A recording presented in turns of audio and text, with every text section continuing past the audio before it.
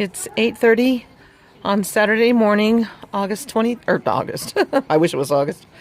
January 23rd. You can see the snow is piled up on the van, but the freezing rain has decreased the snow on the porch. Trucks are going slow. You can see the snow is built up over here, and our snowcat is nowhere to be found. He is in the house. Okay, let's see how it's looking on the, and you can see the snow coming down the rooftops. Oh.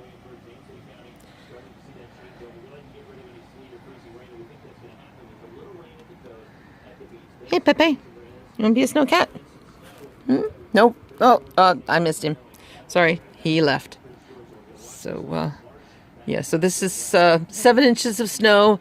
They say we're going to get another 5 inches by the end of the day today. So that'll be a foot. And we're not going anywhere. That's for sure. Very few. I hear a car coming now, but I'm not seeing it. So you can see we are still getting snow. It's not as intense as it was yesterday, but it is still coming down.